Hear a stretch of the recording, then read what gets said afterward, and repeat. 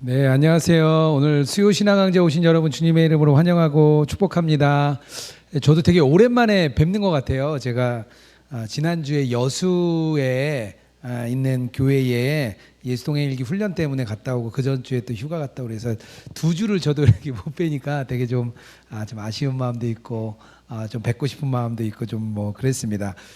오늘 저희가 이 자리에서 오전에 이제 아침 일찍부터 시애틀 예수동행 세미나를 했어요. 이제 시애틀 목회자들 대상으로 예수동행 세미나 했는데 이제 온라인으로 이렇게 멀리 태평양 건너 미국하고도 이렇게 세미나를 하고 또 오늘 또 한국에 있지만 또 교회에 못 오시는 이 사정에서 우리들이 함께 이렇게 세미나를 그 수요 시간 강좌 할 수 있어서 참 온라인 시대가 참 감사하다는 좀 생각이 좀 들었습니다. 제가 그런 생각을 좀 했어요. 진짜 경건은 무엇일까? 뭐 그런 생각을 제가 좀 했어요.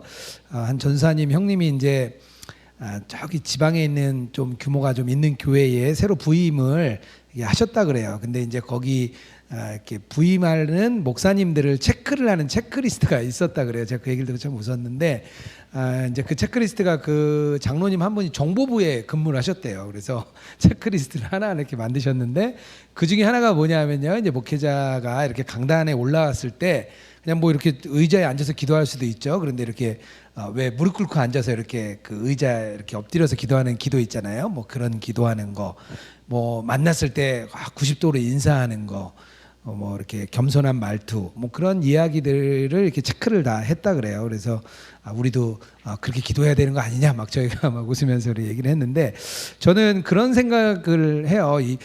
그런 경건은 저는 단기 경건이라고 생각을 합니다. 뭐냐면 실제적으로 단순하게 그냥 경건해 보이는 것, 그런 경건이 모양은 있는데 실제적으로 마음엔 욕심이 있고 또 내 자아가 드러나고 싶고 유명해지고 싶고 뭐 이런 마음이 있다면 사실은 그 경건은 그저 그냥 단순한 단기의 경건이 아닐까.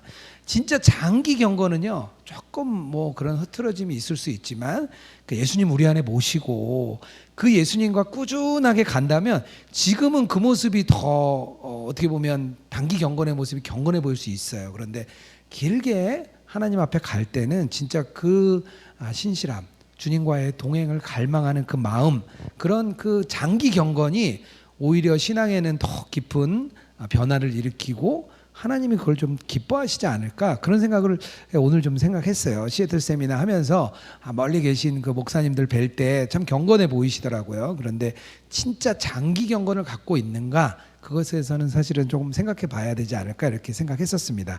어쨌든 오늘 함께 우리 장기 경건 위해서 우리 예수님과 동행하고 있는 우리 예수동행교회 교우들과 함께 오늘 또 수요 신앙 강좌 시작하겠습니다. 제가 기도하겠습니다. 하나님, 오늘도 바쁜 세상 가운데 있지만 우리가 말씀을 사모하여 이 자리로 달려 나왔습니다. 이 시간이 정말 아무것도 아닌 것 같지만 하나님 보시기에 그 마음을 기뻐 받으시고 하나님이 보시기에 그 갈망을 기뻐하시고 정말 이 작은 것들이 쌓여서 정말 하나님을 사랑하고 하나님을 동행하고 또 그 주님을 너무 함께하고 싶은 마음이 더욱 깊이 새길 줄 믿습니다. 우리 예수동행교회 올해 한 해가 말씀으로 주와 동행하라는 그런 말씀을 받았습니다. 정말 말씀으로 주님과 동행하는 저희 예수동행교회 모든 교우들 될 수 있도록 인도하여 주시옵소서. 처음 시간입니다. 마치는 시간까지 주님 인도하여 주실 것을 믿으며 거룩하신 예수님 이름으로 기도드렸습니다. 아멘. 네, 유튜브로 열심히 출석해 주셨는데요. 우리 김영신 집사님 1등으로 출석해 주셔서 감사합니다. 전복순 집사님 멀리서 가장 멀리서 오셨죠. 감사합니다. 이철진 집사님 오셨고 이지희 권사님, 김우주 집사님, 송수희 집사님 반갑습니다. 김우주 집사님 항상 야간 작업이 많으신데 오늘 일찍 오셨습니다. 우리 이정희 집사님 감사드리고요. 에녹이 우리 최민성 집사님이셨나요? 그렇죠. 최민성 집사님. 저희가 세미나 오늘 한다고 하니까요. 아침 일찍 오셔가지고 저희들 위해서 이렇게 직접 또 이렇게 커피를 내려주셨습니다. 아마 주님이 마음 주시고 이렇게 순종하셨던 것 같아요. 새벽부터 오셔서 기도하시고 저희 또 섬겨주셔서 너무 감사드립니다. 계속 들어오시는 대로 저희가 출석 체크 해드리도록 하겠습니다. 혹시 못 들어오시면 카톡에다가 남겨주셔도 제가 좀 말씀드리도록 하겠습니다. 오늘은 에스라 이렇게 학계 이렇게 두 가지를 오늘 진행해 보려고 합니다. 에스라하고 느헤미야는 원래 한 권으로 쳤다 그래요. 이제 그 히브리 성경과 70인역까지는 한 권으로 이렇게 쭉 가다가 기원 후 2세기 AD 22세기에 오리게네스가 이거를 처음으로 나눴다 그래요. 그래서 에스라 1서, 에스라 2서 이렇게 좀 나눴다 그래요. 그리고 이후에 라틴어 성경을 히에로니무스라는 분이 라틴어 성경을 썼는데요. 그 영향을 유대교도 받아서 이거를 에스라, 느헤미야 이렇게 나눴다 이렇게 얘기합니다. 그래서 다 요즘에는 두 가지의 성경으로 봅니다. 또 성경을 보면 두 권으로 쓰인 것 같아요. 한 권이라고 보기는 저자가 좀 달라 보입니다. 에스라, 학계, 스가랴, 느헤미야 이런 식으로 연대기 순으로 저희가 가도록 하겠습니다. 고레스 왕의 조서로 이 에스라서는 시작되는데요. 그 예레미야를 통해서 이렇게 예언됐던 것들이 실현되는 거죠. 70년 포로가 이렇게 끝나는 그런 상황입니다. 그리고 BC 539년 이제 바벨론을 고레스가 정복을 합니다. 그리고 1년 뒤에 유대인의 귀환하는 조서를 내려요. 그리고 이제 바로 오기는 좀 뭐했겠죠. 이렇게 뭐 준비하고 하면서 BC 537년 또는 537년 6년 이렇게 해서 돌아왔다는 것이 이제 기본적입니다. 뒤에 또 좀 설명드리겠습니다. 성전 재건을 돌아와서 하다가 중단됐다가 다시 성전을 재건하는, 그래서 한 20년 걸려요. 그 이야기도 계속해서 오늘 좀 나누도록 하겠습니다. 개요를 보면요, 이 개요를 좀 짚어놓고 이렇게 좀 넘어가야 될 것 같습니다. 에스라가 기록자인데요. 에스라 하면은 야훼께서 도우신다 뭐 그런 이야기고요. 제사장 스라야의 아들이다 이렇게 나옵니다. 그리고 율법에 아주 익숙한 학자면서 제사장이고요. 그리고 자기가 아론의 16대 자손이다 막 이러면서 이렇게 건너 막 올라가죠. 그리고 뭐 말씀을 굉장히 사랑하고 잘 가르쳤던 그런 아주 좋은 그런 분이십니다. 자신보다 이렇게 한 13년 뒤에 느헤미야가 와요. 그래서 같이 또 동역을 하면서 이렇게 일을 완수했던 그런 이야기인데요. 뭐 전통에 따르면은 구약 성경을 이렇게 편집하고 이렇게 그 구약 성경을 만드는데 에스라가 하지 않았겠냐 이런 이야기가 있고요. 시편 119편의 저자다 뭐 이런 이야기도 흘러내려오고 있습니다. 뭐 기록 연대, 기록 장소는 예루살렘이고요. 대상은 이스라엘 백성인데요. 기록 주제를 두 가지 정도 이렇게 좀 쓰고 좀 지나가면 좋을 것 같아요. 뭐냐면 이스라엘이 회복된다는 것. 그 약속이 있었잖아요. 돌아온다는 거는 결국 이스라엘 회복이거든요. 그 회복, 하나님이 그 약속하신 거를 실천하는 거예요. 그래서 그 회복이 이루어진다는 게 어쨌든 첫 번째 대주제고요. 두 번째는 참신앙이 뭐냐. 그러니까 진짜 참신앙이라는 거는 이 성전을 재건하고요. 또 개혁을 하는, 이 신앙적인 개혁하는 거, 이런 것이 참 신앙이다 이렇게 볼 수 있는 거죠. 그래서 제가 성경의 예언과 성취를 좀 써놨습니다. 예레미야가요 바벨론 포로가 70년일 거다 이거를 예언을 했습니다. 그래서 거기 구절들 제가 좀 써놨고요. 이사야는요 고레스에 대한 예언을 했어요. 고레스라는 사람이 나타나서 예언을 이제 어떤 일이 일어날 것이다 이런 얘기를 했죠. 그리고 뭘 회복하느냐? 당연히 이제 포로 귀환하는 거 회복하는 거죠. 그리고 또 뭘 회복하냐? 성전 져야죠. 성전을 다시 재건하는 것. 그것뿐만 아니라 우리의 영적인 부흥을 이렇게 회복하는 겁니다. 세 가지 회복하는 거예요. 돌아오고요, 성전 짓고 영적인 부흥이 일어나는 겁니다. 요거 우리랑 보면 좀 비슷하지 않아요? 이렇게 우리가 세상에서 살다가 하나님 앞에 돌아와서 예배하고 우리가 회복되는 거, 뭐 이렇게도 봐야면 될 것 같고요. 지도자가 나옵니다. 스룹바벨, 에스라, 느헤미야 이런 지도자들이 나와요. 그리고 세스바살이라고 또 나오는데요. 이거 뭐 이야기가 두 가지가 있습니다. 뭐 세스바살과 스룹바벨이 같은 사람이다 이런 이야기도 있어요. 너무 이렇게 한 내용이 비슷해요. 그래서 세스바살이 총독으로 나오거든요. 그리고 세스바살이 총독이고 스룹바벨이라는 유대인 지도자가 있었다 이런 이야기, 두 가지의 견해가 다 있습니다. 그런데 이렇게 제가 이렇게 좀 봤을 때는요, 세스바살이 바벨론식 이름이고 이제 그 스룹바벨이 유대식 이름이 아닐까. 요게 저는 좀 더 맞는 것 같아요. 왜냐하면 세스바살이 그 뒤로 나오지가 않아요. 오히려 스룹바벨이 오히려 총독과 같은 역할을 계속합니다. 그래서 오히려 그게 맞지 않나 이렇게 생각하고, 선지자는 학개, 스가랴, 말라기, 이게 이제 이후에 학개, 스가랴는 성전 재건기에, 그리고 말라기는 마지막 선지자죠. 이렇게 좀 이해하시면 좀 될 것 같습니다. 역사적 상황을 조금 설명드리면은요, 우리 PPT 좀 한 장 좀 띄워주시면 좋겠습니다. 거기 제가 저기에도 해놨는데요. 네, 보이시죠? 학개 스가랴가 중간에 있습니다. 보면은 그 위쪽에 보면 파란색 수룹바벨이 1차 귀환합니다. BC 536년 초록색이죠. 귀환하게 되고요. 성전 재건하다가 중단을 합니다. 그리고 다시 재건을 완료하는 요 맨 위쪽에 파란색 세 개가 있죠. BC 534, 520, 516인데요. 성전 재건이 완료된 거 516년, 요 정도는 조금 좀 기억해 놓으시면 좀 좋겠다 싶습니다. 성전이 불타고요. 딱 70년이 또 걸려요. 요것도. 돌아갔다가 다시 오는 것도 70년이고요. 성전이 불타고 1차 귀환이 되는 것도 70년입니다. 참 놀랍죠. 학개 스가랴가요. 언제 하냐? 성전 재건이 되다가 중단됐을 때, 그때 하고 있다는 것 이렇게 보시면 되고요. 에스라는 그 오른쪽에 제가 동그라미 쳐놨죠. 에스라가 뒤쪽인데요. 에스라가 이 앞쪽 이야기를 해요. 앞쪽 이야기를 하다가 이제 7장부터인가요? 이렇게 돌아와서 에스라가 자기의 이야기를 다시 합니다. 요 간격이 또 꽤 길어요. 한 60년 정도의 간격이 있습니다. 어쨌든 에스라랑 학개 스가랴 이쪽 좀 간격이 있다는 거죠. 보면 그림에 확실히 나오시죠. 아래쪽에 보면 이제 노란색이 이제 바벨론 이제 그 연대기인데요. 바벨론 연대기는 고레스가 있습니다. 맨 밑에 왼쪽에 보면 노란색, 페르시아 제국의 바벨론을 멸망시키고 페르시아 제국의 고레스와 다리오. 다리오는 메데인 다리오가 맨 그 다음에 나오는 그 다리오랑은 좀 다릅니다. 그 전 다리오에 다니엘을 사자굴에 넣었던 다리오가 요 다리오죠. 고레스의 외삼촌이라고 제가 말씀드렸죠. 그리고 고레스의 아들 캄비세스 2세가 있습니다. 캄비세스 2세가 나오는데, 캄비세스 2세의 동생이 있는데 동생을 죽여요. 또 동생을 죽였는데 이집트 원정을 갔다가 본인도 죽습니다. 그러다 보니까 고레스의 대가 끊겼어요.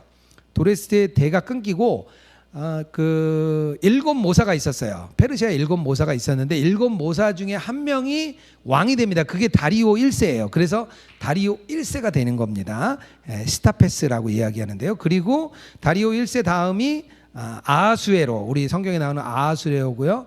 역사라는 헤로도토스의 책에 보면 크세르크세스 1세라고 나오고요. 그 다음이 아닥사스사 왕이 나옵니다. 그래서 성전이 계속 이제 되다가 그 캄비세스 때 이제 멈춰졌다가요. 다리오 1세 때 다시 성전이 제공되고, 에스라는 뒤에 아닥사스다 때 오게 됩니다. 이렇게 좀 이해를 하시면, 네. 한 장을 더 넘겨주시면 좀 밑에 자세히 좀 PPT 한 장 더 넘겨주시면, 예, 거기 좀 보이시죠? 밑에 다리오, 캄비세스, 다리오 1세, 크세르크세스, 아닥사스다. 이 정도까지는 좀 알고 계시면 이 전반적으로 어떻게 유대인 공동체가 역사적으로 이루어졌는지 그런 이야기를 좀 알 수 있을 것 같습니다. 다시 돌아오도록 하겠습니다. 이 이사야의 예언대로 또 예레미야의 예언대로 돌아오게 됩니다. 돌아오게 되는데요. 그 이제 아무래도 그 이제 바벨론하고 다르게 페르시아는 종교라든지 자유를 많이 줬어요. 자유를 많이 줬기 때문에 돌아오게 되고요. 스룹바벨과 여호수아가 함께 돌아와서 성전을 재건하게 됩니다. 그런데 성전 재건을 하다가 중단됐을 때 학개 선지자와 스가랴 선지자가 나와서 이제 불같은 불호령을 내리는 거죠. 지금 너희들 먹고 살기 바빠가지고 이거 해서 되겠냐, 뭐 그런 이야기가 나오면서 나중에 다시 성전을 제공하게 됩니다. 그런데 문제는요, 성전을 재건을 해요. 제2성전, 그래서 스룹바벨 성전이라고 말하는데요. 첫 번째 솔로몬 성전, 스룹바벨 성전, 그래서 제2성전이라고 얘기하는데요. 제2성전이 완성됐음에도 불구하고 국제 정세에는 변화가 없어요. 국제 정세 변화가 없고 그대로 이방인 식민지 백성인 거예요, 자기들은. 그래서 그때 좀 이제 침체에 빠집니다. 그럴 때 에스라가 다시 2차 귀환을 하면서 실제적으로 이제 다시 한번 신앙 개혁 운동을 일으키는 것입니다. 이해하셨죠? 첫 번째 스룹바벨과 이제 여호수아가 1차 오고요. 두 번째 2차로 에스라가 돌아오고요. 3차로 느헤미야가 돌아오는 것. 갈 때도 3번에 걸쳐서 가는데요. 올 때도 3번에 걸쳐서 돌아온다는 것 좀 이렇게 기억하시면 좀 더 좋을 것 같습니다. 에스라는 누구인가? 그는 이렇게 에스라가 여러 가지 썼다 그래요. 이렇게 그 역대 상하도 에스라가 썼고 에스라 느헤미야도 에스라가 쓴 거 아니냐 이렇게 이야기를 하는데요.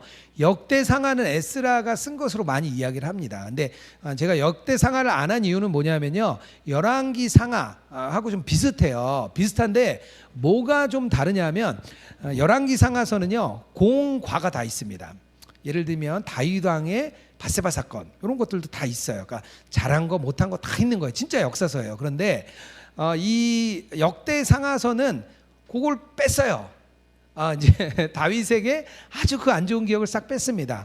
왜냐하면 이제 돌아온 거예요. 이스라엘 백성이 돌아왔는데 아직도 우리는 페르시아에 그저 식민 공동체일 뿐이야. 이런 안타까운 마음이 있잖아요. 그래서 그걸 좀 위로하기 위해서 우리가 이러이러한 위대한 역사를 갖고 있었어. 이것을 알려주다 보니까 좀 과는 빼고 좋은 점만 이렇게 좀 이야기된 겁니다. 그래서 저희는 우리 역대상하서는 하지 않겠습니다. 그냥 쭉쭉쭉 읽으면 다 이해할 만한 내용이라는 거 좀 아시면 좋을 것 같고요. 그리고 유대의 3비 랍베가 있습니다. 3대 랍비가 있는데요. 에스라, 힐렐, 가말리엘 이렇게 보통 얘기를 해요. 그 에스라가 그 에스라고요. 가말리엘이 누구냐면 마지막에 우리 바울 사도의 스승이었던 그 3대 랍비 중에 한 명, 아주 유명한 랍비가 3명 모이면은요 구약 성경을 썼다 그래요. 그 정도로 랍비들이 비상하고요. 그러니까 아무나 랍비가 되는 것도 아니고요. 아마 3D 랍비라고 하면 엄청난 그런 사람이겠죠. 어쨌든 두 번째 포로로 에스라는 이렇게 귀환했던 사람이고요. 그걸 통해서 이제 실제적으로 이제 성전 재건된 뒤에 부흥 운동을 한 사람입니다. 제가 거기 써놨나 모르겠네요. 고레스 칙령이 BC 338년, BC 538년 이루어지고요. 그리고 성전 재건이 중단됐다가 재건이 완료되는 것 BC 516년이라는 것 이렇게 좀 아시면 좋겠고요. 2차 귀환이 BC 457년. 그래서 이게 좀 간격이 좀 있다는 것 이렇게 좀 알으시면 될 것 같고요. 우리가 계속 아는 다리오 왕은 우리가 쉽게 마라톤 전쟁, 그리스하고 마라톤 전쟁 했던 거 생각나시죠? 그게 이제 실제적으로 다리오 왕이고요. 그리고 이제 그 아수레로는 2차 그리스랑 2차 전쟁하게 되는데 살라미스 해전이라고 막 나오잖아요. 그런 이야기들 나오고요. 아닥사스 왕 때 거의 황금기를 겪게 됩니다. 자, 맥을 잡고 좀 넘어가 보도록 하겠습니다. 거기 맥 잡기 1차 귀환, 2차 귀환 이렇게 좀 보시면 될 것 같고요. 6장까지는 성전을 재건하는 이야기가 나옵니다. 스룹바벨 인도로 1차 귀환을 했고 그 성전을 재건하는 일이 나오고요. 2차 귀환 7장부터 10장까지는 에스라의 인도로 2차 귀환을 했습니다. 그리고 공동체를 재건하는 일이 있게 됩니다. 1장에서 6장까지는요. 고레스 왕, 다리오 왕 요 정도까지 이어지게 되고요. 그 뒤로 아닥사스다 1세까지 이제 7장부터 10장까지는 아닥사스다 왕 때 이야기가 나오게 되는 거죠. 그거를 좀 잘 보시면 되겠고요. 6장하고 7장 사이에 그래서 한 60년이 있어요. 60년 정도의 간격이 6장하고 7장 사이에 있습니다. 에스라가 그때 귀환을 하거든요. 그리고 거기에는요, 그 이제 페르시아의 그 2차례 전쟁 그 얘기는 없어요. 그리고 또 에스더 이야기도 또 빠져 있습니다. 에스더가 그 사이에 딱 들어 있거든요. 아까 첫 번째 PPT 제가 올려놓은 그 사진에 보면 그 이야기가 있습니다. 어쨌든 고레스, 다리오, 아닥사스까지 이어지는 5대의 왕이 걸쳐진 아주 긴 이야기라는 것 좀 보시면 될 것 같고요. 귀한 공동체에 대해서 제가 좀 표를 좀 실어놨습니다. 1차, 2차, 3차 제가 실어놨고요. 이제 지도자도 좀 실어놨습니다. 저는 세스바살과 스룹바벨을 같은 사람으로 보고 가로를 좀 쳐놨고요. 주요 사역도 좀 써놨습니다. 스룹바벨은 돌아와서 성전을 재건해요. 에스라는 돌아와서 신앙을 개혁합니다. 느헤미야는 돌아와가지고요 성벽을 재건하고요 진짜 종교 개혁과 같은 역사가 일어납니다. 같이 모여서 수문학관장에 모여서 성경을 읽는 아주 놀라운 일이 일어나게 되죠. 그거는 다음 주에 아마 보게 될 것 같습니다. 바벨론으로 잡혀온 이 유대 공동체 저를 한번 좀 봐주시면 좋겠고요. 유대 공동체가 이렇게 바벨론으로 잡혀갔을 때 그런 이제 자기들만의 학교도 운영했고요. 또 자기들만의 민족적이고 종교적인 것들을 다 진행을 했습니다. 그리고 유다 백성들 중에 다윗 왕조의 후손들이 갔기 때문에 그 다윗 왕의 후손은 계속 이렇게 그 다윗 왕조의 회복에 대한 그런 그 소망이 있었어요. 그리고 그 끌려갔을 때 뭐가 있었냐면 율법서, 성경이 있었던 거예요. 그리고 성경을 가르치는 서기관, 제사장 뭐 이런 사람들이 다 있었어요. 그래서 제가 지난주에 다니엘에서 말씀드린 대로 가서 우상도 끊어지고 성경도 다시 배우고 아주 정말 경건한 백성들이 되는 과정을 겪었죠. 그런데 문제는요 이거예요. 귀환한 후에 도대체 우리는 누구인가? 대체 우리는 이 질문 앞에 쓴 거죠. 성전도 재건했어요. 변한 게 없어요. 이 역사적인 상황이 변한 게 없습니다. 근데 이 우리는 누구인가 이런 질문이 있을 수 있잖아요. 이 질문 앞에 이 에스라, 느헤미야, 학개, 이 스가랴 선지자가 대답을 해드립니다. 뭐냐면요, 이 연속성이 있다는 거예요. 연속성. 하나님의 언약 백성. 잡혀가기 전에도 언약 백성이고요. 잡혀온 후에도 우리는 아직도 언약 백성이에요. 동일하게 언약 백성이라는 것을 이야기하는 거예요. 그래서 계속해서 이스라엘의 하나님이라는 표현이 계속해서 나오게 됩니다. 포로 귀환 공동체를요 이제는 유다라고 얘기하지 않고요 이스라엘이라고 다시 이야기를 합니다. 그래서 세 차례에 걸친 이 바벨론이겠죠. 세 차례에 걸친 귀환 공동체를 뭐랑 비교하냐면요 출애굽 사건과 비교를 해요. 애굽으로부터 나온 출애굽 사건과 우리가 바벨론으로부터 나온 이 출애굽 사건은 바빌론 사건은 같은 연속선상에 있는 사건이야. 그렇게 이야기를 하는 거예요. 그래서 이 귀환 공동체의 신학적인 자리매김을 하게 됩니다. 무슨 얘기인지 아시겠죠? 하나님과 동일한 언약 백성이고 두 번째 우리가 출애굽을 한 거다. 이렇게 스스로의 귀환 공동체를 자리매김시킵니다. 1성전과 제2성전이 있는데요. 첫 번째 성전은 이제 솔로몬 성전이고요. 두 번째 성전은 스룹바벨 성전입니다. 이게 나중에 무너지고 세 번째 성전이 생기는데요. 세 번째 성전은 이제 나중에 그 예수님 시대에 생기는 그런 헤롯 성전이라고 해요. 헤롯이 아주 크고 장엄하게 성전을 지었습니다. 1성전과 2성전의 연속성을 계속 강조하는 거예요. 이거는 단순히 우리가 단지 성전을 재건한 게 아니야 이렇게 얘기하지 않습니다. 에스라는 뭐라고 얘기하냐면요 원래 그 성전이야. 이게 원래 그 성전, 원래 그 터 위에 세워졌어. 제1성전 위에 태워졌어요. 그리고 두로와 시돈 사람들이 똑같이 성전에 참여해요. 성전의 크기가 똑같아요. 60규빗 그 성전의 크기가 같습니다. 성전을 건축하는 방법도 동일하게 건축을 합니다.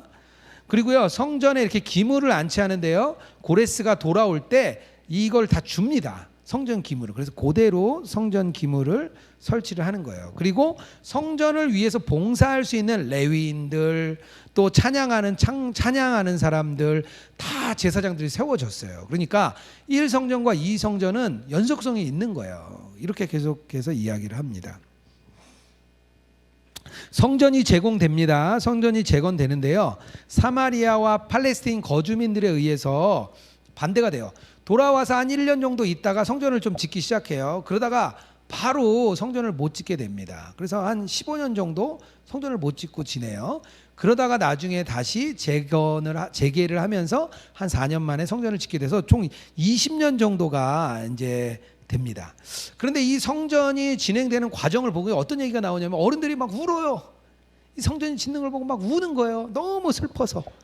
젊은 사람들은 생각해 보세요. 70년 만에 돌아왔잖아요. 그러니까 70년 만에 돌아왔다는 얘기는 처음에 잡혀갔던 사람들은 나이가 많아요. 새로 그곳에 태어난 사람도 있을 거예요. 그런데 젊은 사람들은 다시 성전이 회복돼서 좋은데 연세가 많으신 어른들은 막 우는 거예요. 너무 안타까워가지고.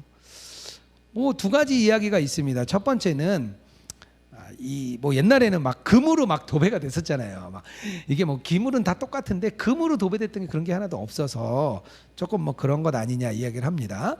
이 성전의 60규빗 규모는 똑같았어요. 그런데 실제적으로는 더 컸다 그래요. 이 터라든지 이런 거는 더 크게 자리매김을 했어요. 그런데 그러면은 이렇게 볼 수 있는 거죠. 성전의 규모는 같아요. 터는 더 커요. 뭐 한 6배 정도 더 컸다는 이야기도 있어요. 그러면 왜 이 사람들이, 이 어른들이 왜 울었냐는 거죠. 단순히 금이 없어서, 성전이 초라해서 울었겠냐?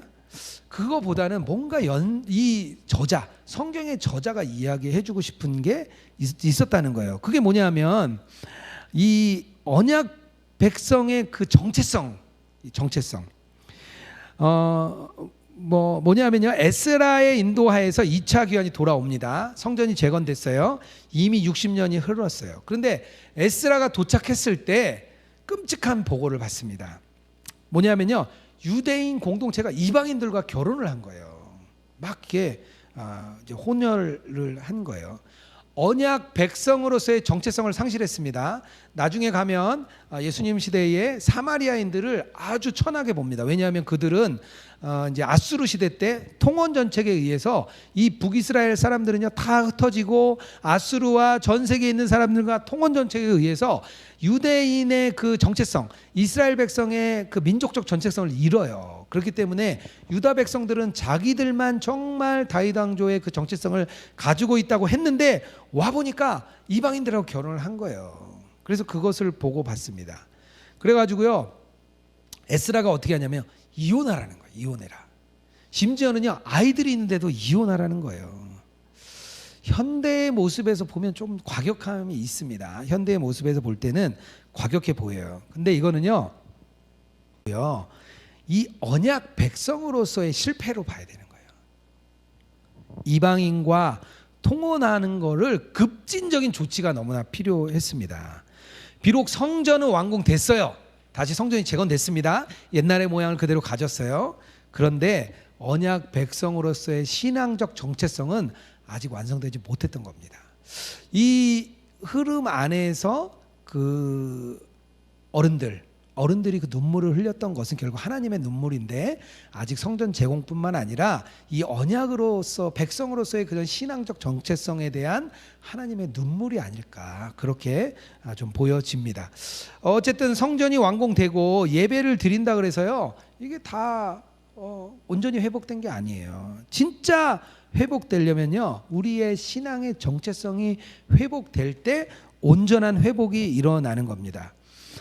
무엇이 참된 집이냐, 무엇이 참된 성전, 하나님의 집, 하나님의 성전이냐, 와서 그냥 다 예배하면 하나님의 성전이냐, 그게 아니라 진정한 하나님의 백성, 진정한 하나님의 그 언약의 자손들이 와서 기도하고 예배할 때 진짜 하나님의 집이 되는 거죠. 그래서 언약 백성은요 세상과 성별에서 진짜 언약의 백성으로 살아가는 것, 올바른 이런 신앙의 정체성을 회복한 사람들이 바로 진정한 언약 백성입니다.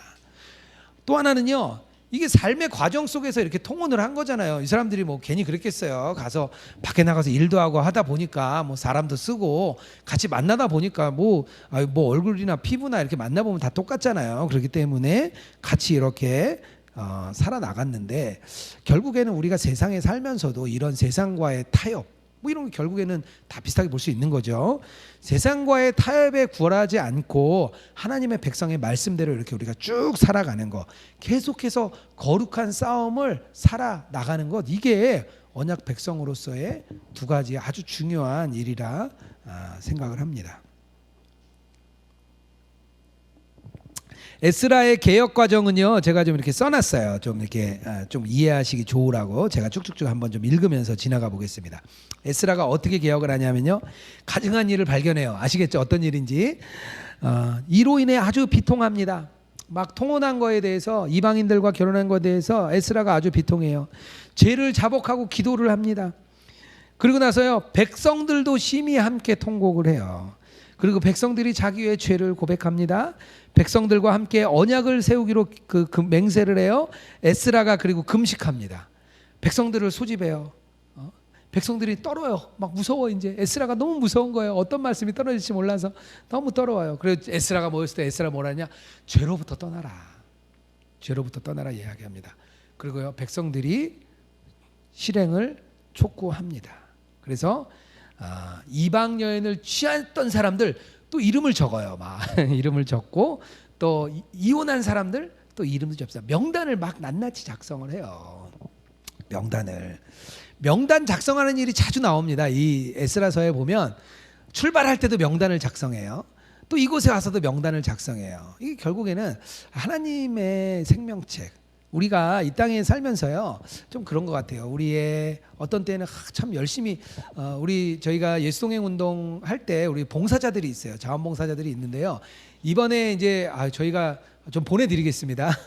저희가 이제 저널을 좀 발간을 했어요. 너무 잘 만드셨어요. 근데 그분들 전부 다 봉사자들이 하신 거예요. 근데 정말 이름 없이 빛도 없이 섬기시는데 이 땅에서는 아무것도 드러나는 게 없겠지만 하나님 나라에 가면 분명히 하나님 생명책에 2021년 8월에 저널 위드 마르투스라는 저널을 누가 발간했지? 너네 그거 참 잘했다. 이렇게 하나님이 이렇게 말씀해 주지 않으실까 생각합니다. 우리 보이지 않는 곳에서 늘 우리 수고해 주시는 우리 손지호 집사님, 네, 아마 하나님이 너 예수동인교회에서 몇 년간 참 보이지 않는 데서 수고 많았다 이런 이야기를 쭉 해주실 거라 저는 생각을 합니다. 어쨌든 그런 내용들이 이렇게 정해져 있다는 거죠. 그래서 큰 틀은 이런 내용이고요. 본문으로 한번 좀 들어가 보겠습니다. 1장에 들어가면요 1장 포로 귀환의 내용이 나옵니다. 고레스가 나와요. 고레스가 이렇게 얘기해요. 제가 한번 들어보세요. 1장 1절입니다. 바사왕 고레스 원년에 여호와께서 예레미야의 입으로 말씀하신 말씀을 응하게 하시려고, 예레미야의 그 예언에 응하게 하시려고 한다는 거예요. 바사왕 고레스의 마음을 감동시킴에 저가 온 나라에 공포도 하고 주소도 내려 가로되, 이렇게 얘기를 합니다. 고레스 이렇게 역사, 헤로도토스 역사라는 책에 보면 키로스라고 나와요. 키로스라고 나오는데 어떻게 우리 성경에는 고레스로 나와가지고 아무도 알아볼 수가 없어요. 어쨌든 우리는 고레스가 좀 이렇게 많이 들어서 좀 고레스로 가겠습니다. 2, 3, 4절이 고레스 칙령이에요. 고레스 칙령인데요. PPT에 한번 잠깐 보여주시겠어요? PPT에 고레스 비문이 하나 좀 있더라고요. 그래서 사진을 제가 여기 고레스 비문이라는 그 비문 원통인데요. 여기에 뭐 그런 내용이 뭐 써져 있다, 뭐 그런 얘기가 있습니다. 그러니까 아마 뭐 이런 이야기들이 쭉 전해지고 있겠죠. 뭐 이런 비문들을 옛날에는 좀 많이 남겼습니다. 지금까지 오는 고레스의 비문 중 하나입니다. 다시 돌아오겠습니다. 고레스 칙령에 보면 이런 내용이에요. 2절에 보면 제가 써놨죠. 하늘의 신 여호와께서 세상 만국을 내게 주셨고, 자기에게 주셨다는 거예요. 예루살렘 전을 건축하라, 뭐 이렇게 얘기합니다. 3절에 가면 이스라엘 하나님은 참 하나님이라. 그래서 4절에 가면요, 은과 금과 기타 물건과 짐승으로 도와주고, 뭐 이렇게 이야기를 해줍니다. 그리고 에스라 1장 5절에 가면요, 하나님의 감동받은 사람들이 나와요.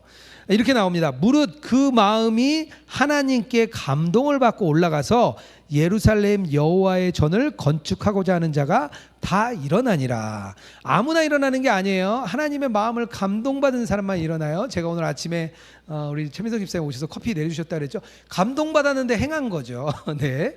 뭐 작게 보면 그런 일이고요. 크게 보면 내가 하나님이 어떤 일을 맡겨주셨어요. 저희가 지금 저희 창립기념 예배를 준비하고 있습니다. 우리 장재경 집사님이 팀장님으로 준비하고 계시는데요. 제가 이렇게 일기를 읽다가 중요한 일이 끝났다는 걸 알았어요. 그래서 제가 바로 전화드렸죠. 집사님, 창립기념 예배 팀장을 좀 맡아주면 좋겠습니다. 그랬더니 집사님이 그러시는 거예요.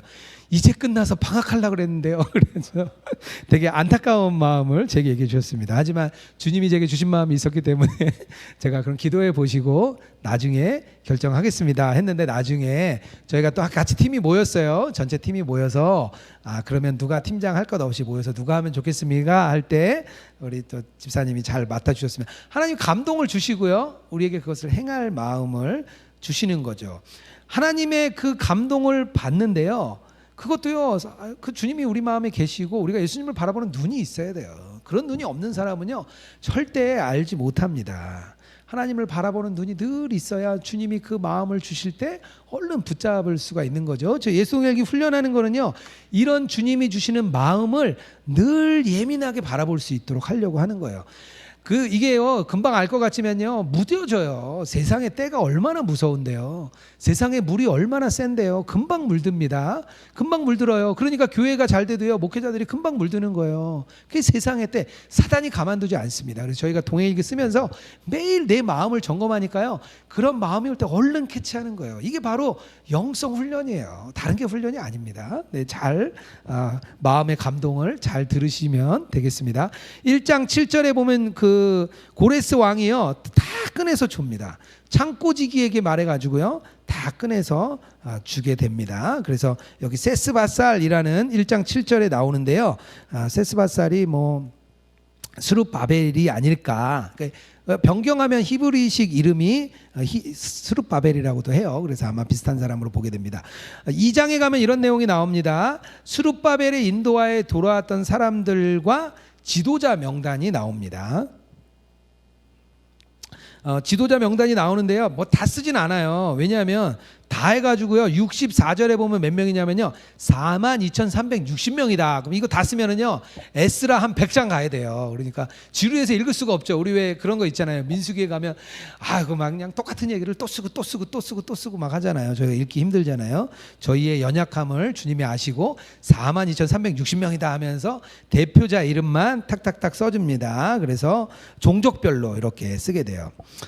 출애굽 사건 지나고 민수기 때 조사를 하죠. 그때랑 비슷하다고 좀 보시면 됩니다. 그래서 제2출애굽이라고 얘기를 하는 거예요. 3장에 가면은요 절기를 회복해요. 제사를 드리고 절기를 회복하는 일이 나오는데 그때 보면 7월이라고 나와요. 7월에 절기가 다 있습니다. 그래서 7월 1일은 보통 나팔절이라고 그러고요. 7월 10일은 대속제일이에요. 7월 10일이 되면 대속제일이 되고요. 15일부터 23일까지가 초막절입니다. 이제 그 초막 짓고 사는 훈련을 하는 거죠. 그래서 7월에 이렇게 쭉 하면서 거기는 7월이 이제 첫날로 보잖아요. 그러면서 새해가 시작되는 건데요. 우리나라 달력으로 따지면 10월 정도 뭐 이 정도 된다 그래요. 그래서 추수할 때 그때쯤 되는 것 같습니다. 3장에는요 성전 건축이 시작되는 이야기가 나옵니다. 그리고 4장에 가면 성전이 재건이 중단됩니다. 사마리아 출신들 그리고 주변의 대적들에 의해서 성전이 중단되고요. 5장에 가면 5장 시작에 그에게 나와요. 학개와 스가랴 이야기가 나오고요. 그리고 다시 성전 재건을 시작하게 됩니다. 그래서 이 학개서는 조금 있다가 좀 요 이야기는 자세히 나누도록 하겠습니다. 성전 재건이 되고요. 6장에 가면 성전 재건이 완료됩니다. 근데 이 성전이 중단될 때 상소를 막 올려요. 그래가지고 다리우스 왕 때 분명히 이렇게 내렸잖아요. 고레스 왕 때 내렸는데 캄비세스 왕 때 이 대적들이 막 쭉 나옵니다. 성경을 읽어보면 왜 이렇게 어떻게 얘기하냐면 왕이시여 이 민족들이 어떤 사람이냐면요 막 첫 번째 배반, 두 번째 배반, 세 번째 배반 그래 바벨론 느부갓네살이 1차 침공, 2차 침공 막 들어오잖아요. 그랬던 민족이라고 막 이렇게 보니까 진짜 보니까 이게 유대인들이 아주 자기네들 이렇게 저기 하기 위해서 많이 했던 거예요. 그래서 안 되겠네 진짜. 그래가지고요 중단을 시켜요. 절대 못 짓게 합니다. 그런데 6장에 가서 다리우스 왕이 다시 조서를 내려요. 옛날 조서를 찾아보니까 고레스 왕이 내렸던 조서가 있는 거예요. 그걸 찾아냅니다. 그래가지고 옛날에 고레스 왕이 이러이러해서 너네 성전 짓게 했었네. 그러니까 이거를 거기 두루마리 여기에 보면 2절에 나오는데요. 메데도 앙메다 궁에서 한 두루마리를 얻으니 거기 기록되었으되 이런 내용이 나옵니다. 여기서 앙메다는요 이것도 한국말인데요. 엑바타나라는 그런 한 지역입니다. 엑바타나라는 지역이고요. 현재는 이란의 하마단이라는 지역이더라고요. 그 지역이 이제 수도인데요. 거기서 발견을 한 거예요. 그래서 이제 6장에 다시 조서를 내려줘서 성전을 재건하게 합니다. 하나님의 참 은혜죠. 6장 13절에 보면요 이런 얘기가 나와요. 학개와 유다의 사람 장로들이 선지자 학개와 이또의 손자 스가랴의 권면으로 성전이죠 건축할 일이 형통한지라. 오랜만에 아주 형통한 이야기가 나오게 됩니다.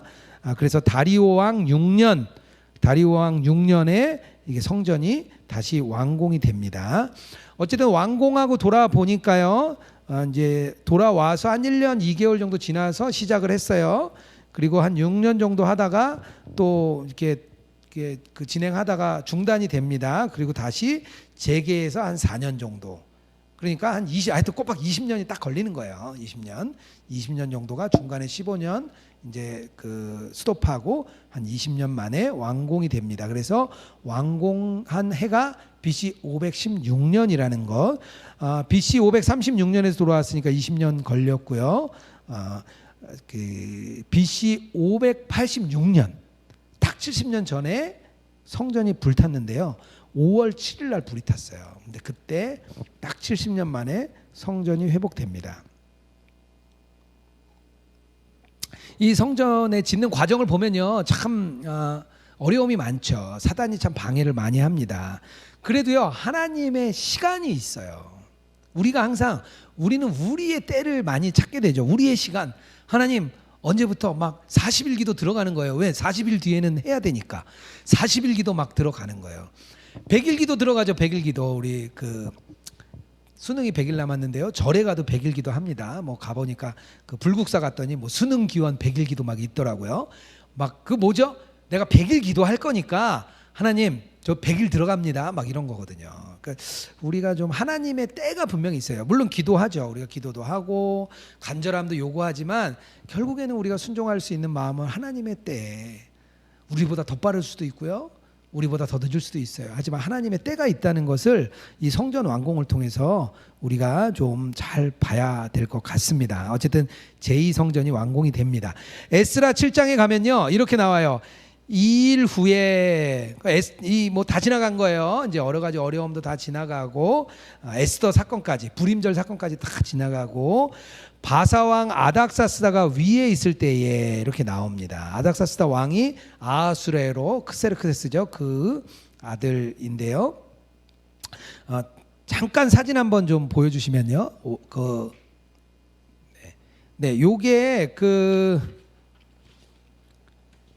페르시아 왕입니다. 페르세폴리스라는 페르시아 왕인데요. 저희 아내가 예전에 2011년인가요? 그때 여기 이제 단기 선교를 갔었는데요. 너무 멋진 곳인데 아무도 없대요. 터키에서 터키가 아니라 이란이죠. 이란에서 여기를 자기네 역사가 아니니까요. 이걸 그냥 놔둬가지고요. 이 멋진 곳을 관리를 안 한대요. 한 장 또 넘겨주세요. 네, 거기에 보면 이런 사진들이 있는데요. 저가 여기 이렇게 그 동그라미 해놓은 거 있죠. 요게 다리오 1세라 그래요. 다리오 1세. 다리오 1세고 그 뒤에 서 있는 사람 한 명 보이죠. 바로 뒤에 서 있는 사람. 요 사람이 아하수에로 왕이라 그래요. 좀 이렇게 옷 입은 게 비슷합니다. 아마 후임자 과정을 겪고 있는 것 같아요. 이게 이제 그 페르세폴리스에 가면 거기에 이제 이런 사진들도 있고요. 그리고 또 뭐 이렇게 그 전 세계에서 다 이 전상품이라 그러나요? 이렇게 가지고 올라가는데요. 말이 올라갈 수 있는 계단도 있다 그래요. 그렇게 이제 갔다 오신 제 아내에게 소상히 들었는데요. 좀 가보질 않아 잘 모르겠더라고요. 나중에 저희 다 같이 우리 예성인교회 좀 같이 갔으면 좋겠습니다. 네, 다시 돌아오도록 하겠습니다. 네, 간격이요 한 60년 정도 후에 이제 간격이 이제 완공 후 60년이고요. 최초로 따지면 80년 만에 오는 거예요. 그렇죠? 한 뭐 20년 뒤에 완공됐으니까 이제 두 번째 2차 귀환이 오게 됩니다. 1차 귀환은요 와서 하드웨어를 구축한 거예요. 결국에는 스룹바벨과 대제사장 여호수아가 한 게 뭐냐면요, 성벽도 만들고 성전도 짓고 이렇게 해가지고 성전을 잘 이렇게 지어놨어요. 근데 문제는 뭐냐? 이 하드웨어는 구성이 됐는데요. 이 사람들의 마음에 율법을 딱 심겨줘야 되는데 크게 부족했던 거죠. 그래서 하나님께서 에스라를 딱 돌아오게 합니다. 그래서 에스라가 10절에 뭐라고 얘기하냐면요, 에스라가 여호와의 율법을 연구하여 준행하며 율례와 규례를 이스라엘에 가르치기로 결심하였더라. 7장 10절에 보면 에스라가 돌아와서 그래 말씀을 가르쳐야 돼. 이렇게 결정을 한 거예요. 저희가 올 초에 말씀으로 주님과 동행하자 이런 표를 정하면서 이렇게 신구약을 전부 다 좀 훑어보자 한 거는 정말 주님의 마음을 우리가 잘 붙잡았다. 이렇게 저는 감히 그렇게 생각합니다. 네, 어쨌든 잘 따라와 주시면 좋겠고요. 에스라가 올라온 목적이 두 가지가 있는데요. 첫 번째는요, 와서 이렇게 살피는 거예요. 지난 80년 동안, 한 79년, 80년 동안 어떤 일이 있었나 이렇게 쭉 살펴보는 거예요. 영적인 점검을 하는 거죠.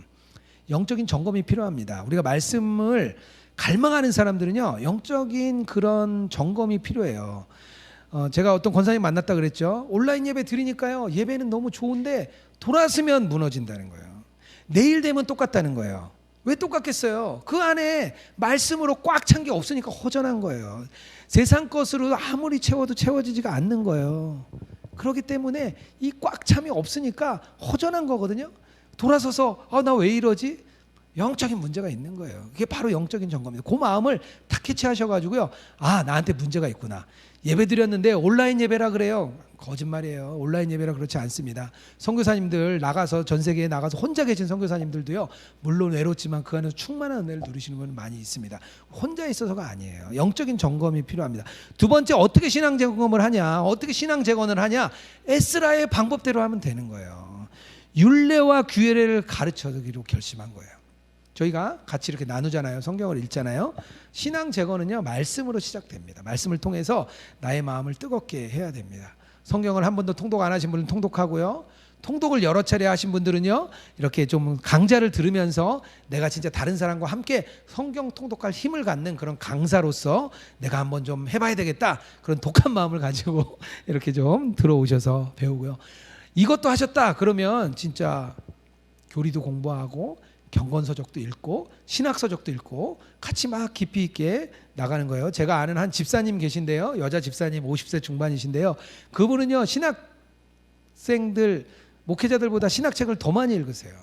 그분 굉장히 유명하세요. 그 집사님을 보면 항상 도전을 받습니다. 매일 말씀을 가까이 하고 교회 봉사도 하고 돌아와서 또 그런 신학적인 그런 역량도 쌓고요. 그분이 그런 얘기를 페이스북에 잘 쓰세요. 말씀을 들으면 막 열린다는 거예요. 너무 뜨겁다는 거예요.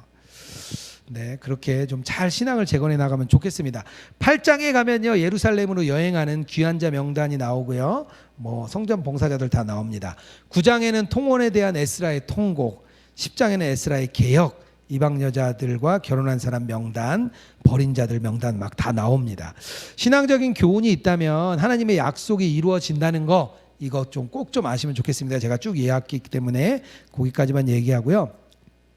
또 하나는요, 눈에 보이는 성전만 재건해서 끝나면 안 되고요. 우리 내면의 그런 영적인 영적 재건이 필요합니다. 신앙적인 재건이 필요하다는 거. 그래서 끊임없이 믿음의 싸움을 싸워가야 된다는 거 좀 말씀드리도록 하겠습니다. 학계로 넘어가겠습니다. 한장영 집사님, 우리 현호 형제 황빛나 자매, 네, 너무 감사합니다. 우리 어린아이 데리고 이렇게 듣기 힘들 텐데 감사하고요. 장재겸 집사님, 아까 안 계셔서 얘기했는데 들으셨나 모르겠네요. 네. 이하영 자매님 너무 감사드립니다. 우리 출석해 주신 분들 너무 감사드리고요. 계속해서 학계 좀 들어가도록 하겠습니다. 4장과 5장에 들어간다 그랬죠. 왜냐하면 5장 1절에 이렇게 나와요. 에스라 5장 1절에 제가 한번 읽어볼게요.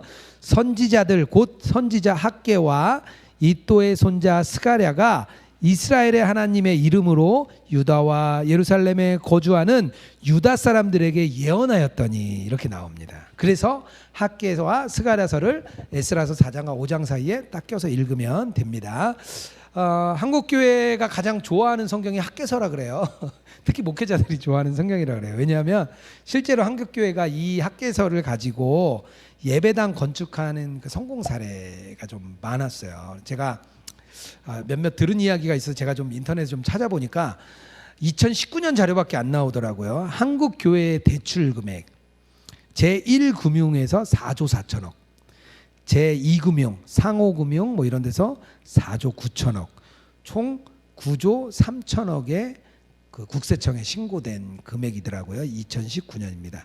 매월 대출이자를 6%로 따졌을 때 매월 500억에 달하는 이자가 나가고 있다. 이렇게 국세청 자료에 나오더라고요.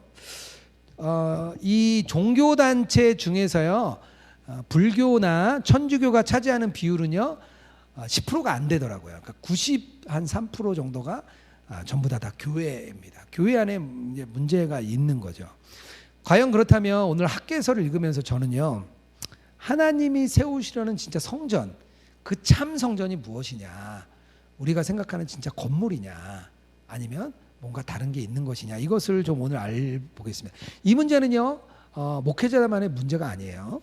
제가 아는 목사님 새로 부임해 가셨는데 새로 성전을 지어야 되는 어쩔 수 없는 상황인데 장로님들과 중직들이요, 우리 몇 천석 이상은 져야 된다, 이게 우리 교회의 이 성전의 핵심입니다, 이렇게 이야기한다는 거예요. 이게 누구나 다 우리 한국 교인들이 갖고 있는 큰 숙제라고 저는 좀 생각을 합니다.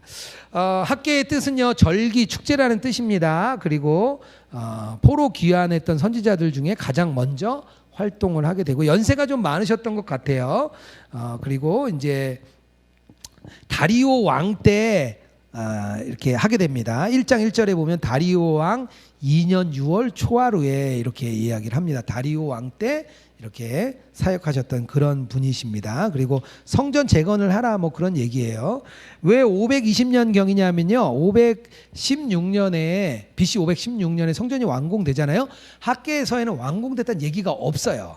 그리고 이 학개 선지자를 통해서 아까 읽었죠, 성전 재건이 되기 때문에 이 520년 정도, 한 4년 정도 전에 한 게 아니냐, 이렇게 이야기를 합니다.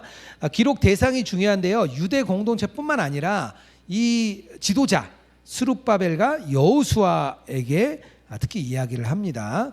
이게 또 중요한 내용이죠. 기록의 주제를 두 가지를 좀 짚고 넘어가겠습니다. 뭐냐면 첫 번째는 성전 재건하라는 거예요. 이렇게 책망을 합니다. 그리고 두 번째는요, 이 내용 중에 진정한 성전이신 그리스도, 예수 하나님, 그 아직 그리스도 나오기 전이죠. 진정한 성전이신 그 하나님을 깨달아 알라는 거예요. 그 하나님, 여기도 마음에 대한 이야기가 계속 나옵니다. 그러면서 그 하나님이 누구시냐, 이것을 이야기해주고 있습니다. 역사적인 배경은 뭐 아시겠지만 지금 이제 돌아왔어요. 538년에 돌아왔습니다. 그 번제도 하고 제사도 드렸어요. 그런데 사마리아인들의 방해로 건축이 중단됩니다. 그래서 그때 다시 이제 하는 이야기가 나오는 거죠. 성전 재건과 성전 완구 맥을 좀 잡고 지나가 보면요, 1장하고 2장밖에 안 돼서 한 10분 안에 듣더라고요. 4번의 설교가 나옵니다. 4번의 설교. 첫 번째 설교, 두 번째 설교, 세 번째 설교, 네 번째 설교, 이렇게 나와요. 그래서 뭐 들으면 다 들을 만하게 쉽게 학교에서는 어렵지 않습니다. 성전이라는 주제가 있어요. 제가 읽은 책 중에 성전 신학이라는 책이 있는데요, 세물결 플러스에서 나온 책인데, 성전 신학이라는 책은 이 창세기부터 요한계시록까지 성전이라는 주제로 쭉 끌고 가는 거예요. 근데 거기 보니까 이런 내용이 나오더라고요. 첫 하늘인 에덴 동산, 이 첫 하늘이 우주의 성전이었다는 거예요. 전체가 다, 이 땅이 다 하나님의 성전이었다고 이야기를 합니다. 에덴 동산이요. 그런데 어떤 일이 생겼죠? 이제 하나님이 이렇게 이 땅을 다 잘 다스리라고 했는데 아담과 하와가 죄를 짐으로 인해서 타락하죠. 그래서 이제 그 사명에 실패를 합니다. 그리고 나서 하나님이 주시는 성전이요, 모세의 장막을 주시죠. 그리고 솔로몬 성전 주시고요, 스룹바벨의 제2성전을 이렇게 주십니다. 이게 지상에서 일어나는 실제적인 지상의 성전이에요. 이곳에서 하나님과 언약 관계를 맺고요, 하나님과 이 관계를 가지게 됩니다. 이 성전에서 하나님을 만나고 예배하고 하나님을 경배하는 일이 됩니다. 그래서 이 성전이요, 예루살렘 이스라엘 백성의 중심의 삶이 되는 거예요. 중심의 삶. 이 성전이, 너희들의 중심은 성전이야, 이렇게 얘기하는 게 구약 성경이에요. 성전 중심의 삶을 이야기합니다.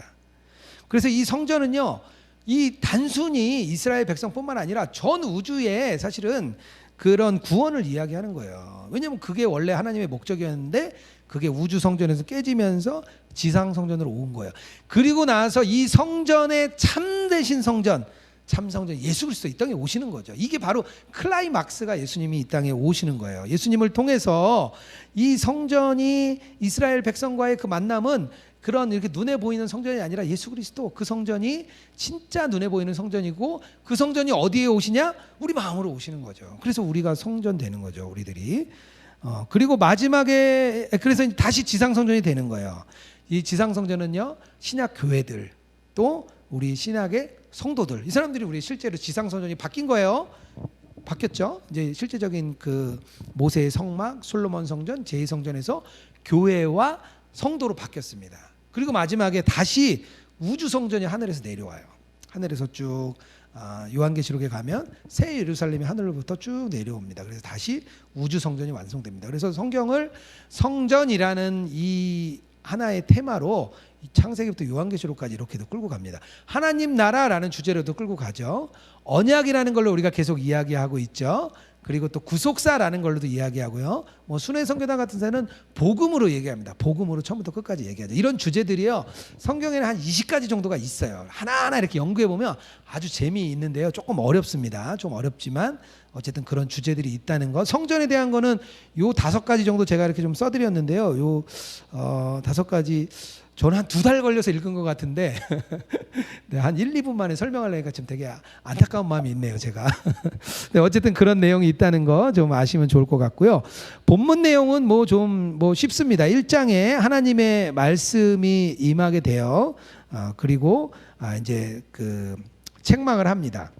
1장 2절에 이렇게 나와요. 제가 한번 나를 들어보세요. 만군의 여호와가 말하여 이르노라, 이 백성이 말하기를 여호와의 전을 건축할 시기가 이르지 아니하였다 하느니라. 변명하는 거예요. 아직 하나님의 때가 안 됐다는 거예요. 왜? 방해가 있으니까 하나님의 때가 안 됐다는 거 생각을 하는 거예요. 어쨌든 귀환할 때부터의 목적이 성전 재건이거든요. 근데 성전 재건을 안 하고 있는 것이고, 그거에 대해서 이제 건축할 시기를 놓쳤다고 학개 선지자가 말하는 거죠. 그리고 책망을 합니다. 성전 회복되지 않은 삶을 1장 3절에서 4절까지 이야기를 합니다. 니네 집들은 화려하게 져놓고 이 화려한 집에 살면서 왜 하나님의 전은 이렇게 그냥 무너뜨려 놓느냐, 이 이야기를 하는 거죠. 주님의 임재를 경험 못하니까요, 하나님의 임재를 경험 못하니까 세상이 크게 보이는 거예요. 예? 좋은 집, 화려한 직장, 좋은 가족들, 또 뭐 좋은 교회, 좋은 나라, 좋은 음식, 뭐 세상께 화려해 보이는 거예요. 왜냐하면 이거 경험해 보지 못한 사람은요, 세상께 커 보여요. 그건 어쩔 수 없습니다. 다른 게 좋다고 살아갑니다. 1장 5절에서 6절은요, 이 반성을 촉구하는데요, 뭐라고 얘기하냐면요, 너희가 많이 뿌릴지라도 수입이 적을 거야. 먹어도 배부르지 않아. 마셔도 흡족하지 못해. 입어도 따뜻하지 못해. 하여튼 뭐 이런 이야기를 계속합니다. 물질을 조금만 손에 쥐어도 만족스럽지 않다. 눈에 보기에는 부유하다를 부유하지 않는 거예요. 너 만족스럽지 않을 거야. 우리 마음의 성전이 완공되지 않았기 때문입니다. 제가 온라인 예배 얘기 드렸죠. 그러면서 하나님의 과거에 황폐했던 과거를 얘기합니다.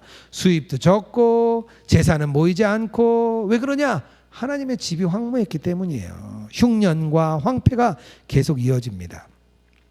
이 말씀을 들은 스룹바벨과 여호수아 모든 백성이 어떻게 하냐면요, 학개의 말씀을 아주 청종합니다.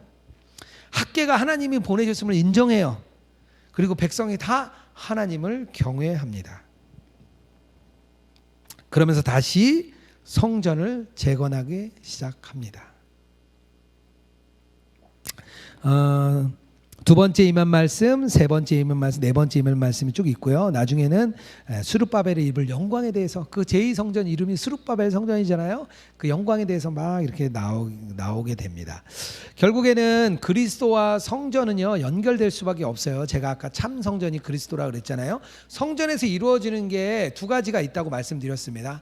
죄사함, 제가 계속 얘기하고 있죠. 성전에서는 죄사함의 역사가 이루어진다는 거 말씀드려요. 또 하나는 뭐죠? 하나님과의 만남입니다. 이 2가지가 만나는 건데요, 예수님이 그런 것을 보여주셨어요. 예수님이 죄 용서를 해주시는 분이잖아요.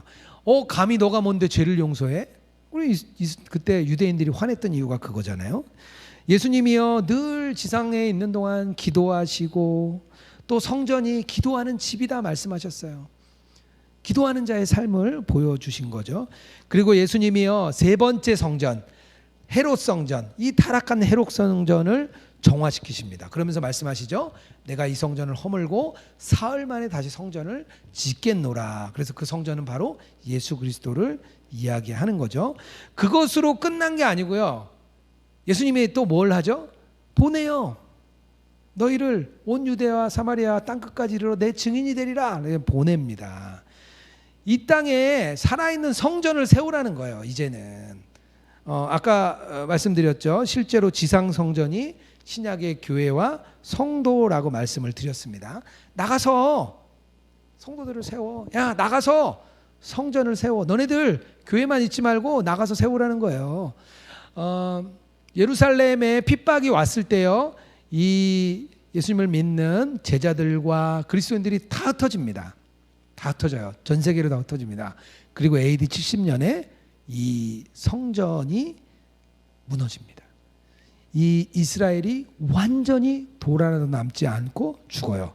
그때가 명절이기 때문에요, 전 세계에서 유대인들이 몰려왔다가요 다 떼죽음을 당합니다. 로마의 디도스 장군에게 떼죽음을 당합니다. 이미 하나님이 명령을 내리셨어요. 우린 다 떠나라고요. 저는 온라인 시대가 좀 그런 시대가 아닌가 생각이 듭니다. 너희가 모이는 교회에 좋죠. 모여야죠. 우리가 다시 모여서 함께 예배하고 공동체성이 필요하죠. 그런데 지금은 흩어지라는 거예요. 너희 집이 예배의 장소야. 너의 직장이 예배의 장소야. 너의 차가 예배의 장소야. 예배는 교회에서만 드리는 게 아니야. 너의 모든 장소가 예배의 장소고 그것이 성전이야. 하나님 이런 메시지를 주시고 싶은 게 아닌가. 모이는 교회, 흩어지는 교회가 있는데 이럴 때 흩어지는 교회라는 것을 우리가 좀 잘 알아야 됩니다. 그러려면요, 우리 안에 첫 번째 삶의 우선순위가 뭔지 알아야 돼요. 우선순위가 뭔지 알아야죠. 무조건 간다고 우선순위가 아니잖아요. 우리 안에 계신 예수 그리스도, 참 그리스도이신 참 성전을 우리 안에 세우시는 것, 우리가 매일매일 산 제사로 우리 자신을 드리는 것, 그런 거죠. 우리 매일의 삶을 주님과 동행하는 것, 뭐 산제사로 드리는 게 뭐 있나요? 주님 말씀에 순종하는 거죠. 그런 동행일기를 쓰면서 매일 나를 점검하고 하는 게 이 참 성전의 의미인 것 같아요. 또 하나는 예수님 우리를 파송했잖아요. 우리 이웃에게 이 성전을 넓혀가는 거예요. 우리의 삶의 모든 영역에서 하나님의 살아있는 성전으로 나도 살아가고 전도해서 그 사람도 살아가는 것. 특별히 우리는요, 예수 동행이라는 귀한 이 메시지를 가지고 있잖아요. 죽어가는 우리 많은 온라인 예배 때문에 힘들어하는 분들에게 예수 동행 선교사로서의 삶을 심어주는 거예요. 주변에 사람들 많잖아요. 예수님과 동행하는 삶을 주는 겁니다. 그래서 저희가 예수 동행 운동하고 자원봉사 오시는 분들에게 예수 동행 선교사다 이렇게 말씀을 드리는데요, 우리 예수 동행 교회 모든 교우들이 예수 동행 선교사로 이렇게 살아갔으면 좋겠다 하는 마음을 주님이 주셨는데요, 정말 그렇게 살아가길 주님의 이름으로 축복합니다. 네, 한순희 권사님, 김준태 집사님 너무 감사드립니다. 우리 한순희 권사님 꾸준히 잘 참석해 주셔서 너무 감사드립니다. 우리 김준태 집사님, 어머님과 함께 귀한 말씀 가운데 서주셔서 너무 감사를 드립니다. 제가 기도하고 마치도록 하겠습니다.